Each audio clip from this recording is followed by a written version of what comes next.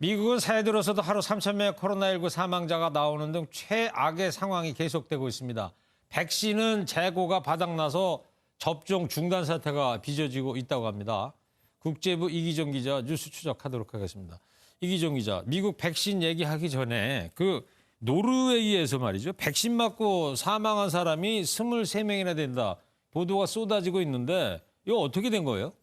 네, 노르웨이는 지난해 말부터 화이자 백신을 시작으로 이번 달에는 모더나 백신을 승인해서 모두 3만 명 이상이 접종했습니다. 예. 화이자 백신에 대해 29명이 부작용을 겪었고 23명의 사망자 가운데 13명은 백신과 연관 가능성이 있는 것으로 파악했다는 게 노르웨이 보건당국의 발표입니다. 주로 어떤 분들이 사망했을까요? 일단 사망자는 대부분 80세 이상 고령으로 알려졌는데요. 노르웨이 보건당국은 백신 부작용이 열과 메스꺼움인데 노안이 있는 고령층 환자의 죽음으로 이어진 것 같다고 설명했습니다.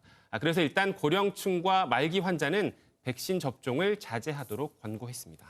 그리고 또 백신 접종 두고 미국도 지금 상당히 혼란스러운데 바이든 당선인이 지금까지 미국의 백신 접종은 참담한 실패다 이런 말을 했단 말입니다. 트럼프 대통령을 비난하기 위한 정치적 수사인 건지 아니면 실제로 그런 건지 어떤 거예요? 네, 지금까지 미국에서 백신을 맞은 사람이 1,000만 명 정도입니다. 네. 애초 지난 연말까지 목표였던 2천만 명의 절반 정도밖에 되지 않습니다. 백신 접종 대기줄이 이렇게 길죠. 디즈니랜드 다저스 스타디움까지 활용하면서 접종 속도를 높였더니 이번에는 일부 지역에서 재고가 바닥났습니다. The vaccine rollout in the United States has been a dismal failure thus far. 주지사들은 접종 계획이 잘못됐다며 트럼프 행정부를 비판하고 나섰습니다. All the governors, the entire country was lied to. 바이든 당선인은 마을마다 백신 센터를 만들고 국방 물자법까지 동원해 관련 물품 공급도 대폭 늘리겠다고 했습니다. 우리도 이제 한 달 뒤면은 백신 접종 시작할 텐데 반면 교사로 삼아야 할 건 삼아야 될 것 같습니다. 자, 지난 6일 날 미국 의회 난동 사건인데 지금 이 당시에 말이에요. 펜스 부통령이 아주 납치나 암살 위기에 그걸 모면했었다면서요? 네, 당시 영상 직접 보시면서 말씀드리겠습니다. 예. 앞 사람의 어깨에 손을 올리고 의회 앞 계단을 한 줄로 오르는 시위대가 보입니다. 예. 헬멧과 방탄조끼를 갖췄는데 이 같은 동작은 건물에 진입하기 전에 갖추는 군사작전 대형이라고 미 언론은 전했습니다. 네. 전직 군인과 경찰이 상당수 포함돼 있었고 사전 계획이 있었다는 걸 뒷받침하는 대목입니다. Some guys started getting a hold of my gun and they were screaming out, kill him with his own gun. 아주 긴박한 상황이었군요. 그때 당시에 그럼 펜스 부통령은 어떻게 하고 있었어요? 네, 이렇게 조직적인 폭도들의 구체적인 목표는 대선 무효를 선언하지 않은 펜스 부통령이었다. 이게 미 언론의 보도입니다. 예. 당시에 펜스 부통령은 폭동이 시작된 지 14분 만에서야 의회를 탈출할 수 있었는데요.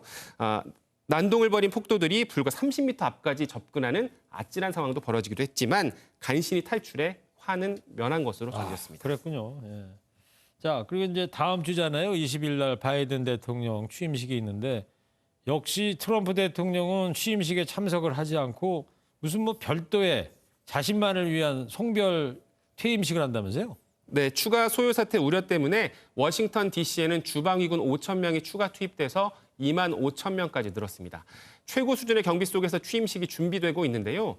트럼프 대통령은 초유의 퇴임 행사를 준비하고 있습니다. 어떻게 한다는 거예요?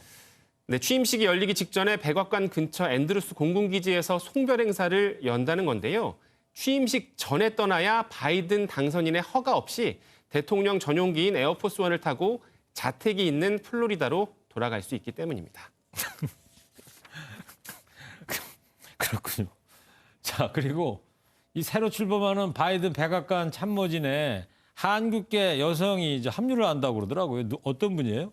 네, 바이든 당선인의 부인 질 바이든 여사의 참모진에 발탁된 건데요. 일정 담당 국장직을 맡은 진알입니다. 아, 저분인가 보군요. 네, 한국에서 태어나 뉴욕주에서 자랐고 과거 바이든 재단과 오바마 행정부에서도 일한 경력이 있습니다.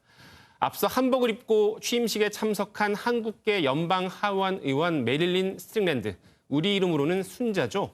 한복을 입은 이유를 공개했습니다. 네. 대중의 관심을 끌려던 게 아니라 90살이 된 어머니 김인민 씨 때문이라고 하는데요. TV로 어머니가 취임식을 보기로 했는데 한복이 눈에 가장 잘 띌 걸로 생각했다고 합니다. 네. 성공했죠. 흑인 아버지와 한국인 어머니 사이에서 태어난 스트링랜드 의원은 흑인 혈통도 자랑스럽게 생각하지만 난 영원한 한국의 딸이라고 말했습니다. 알겠습니다. 잘 들었습니다. 이기정 기자였습니다.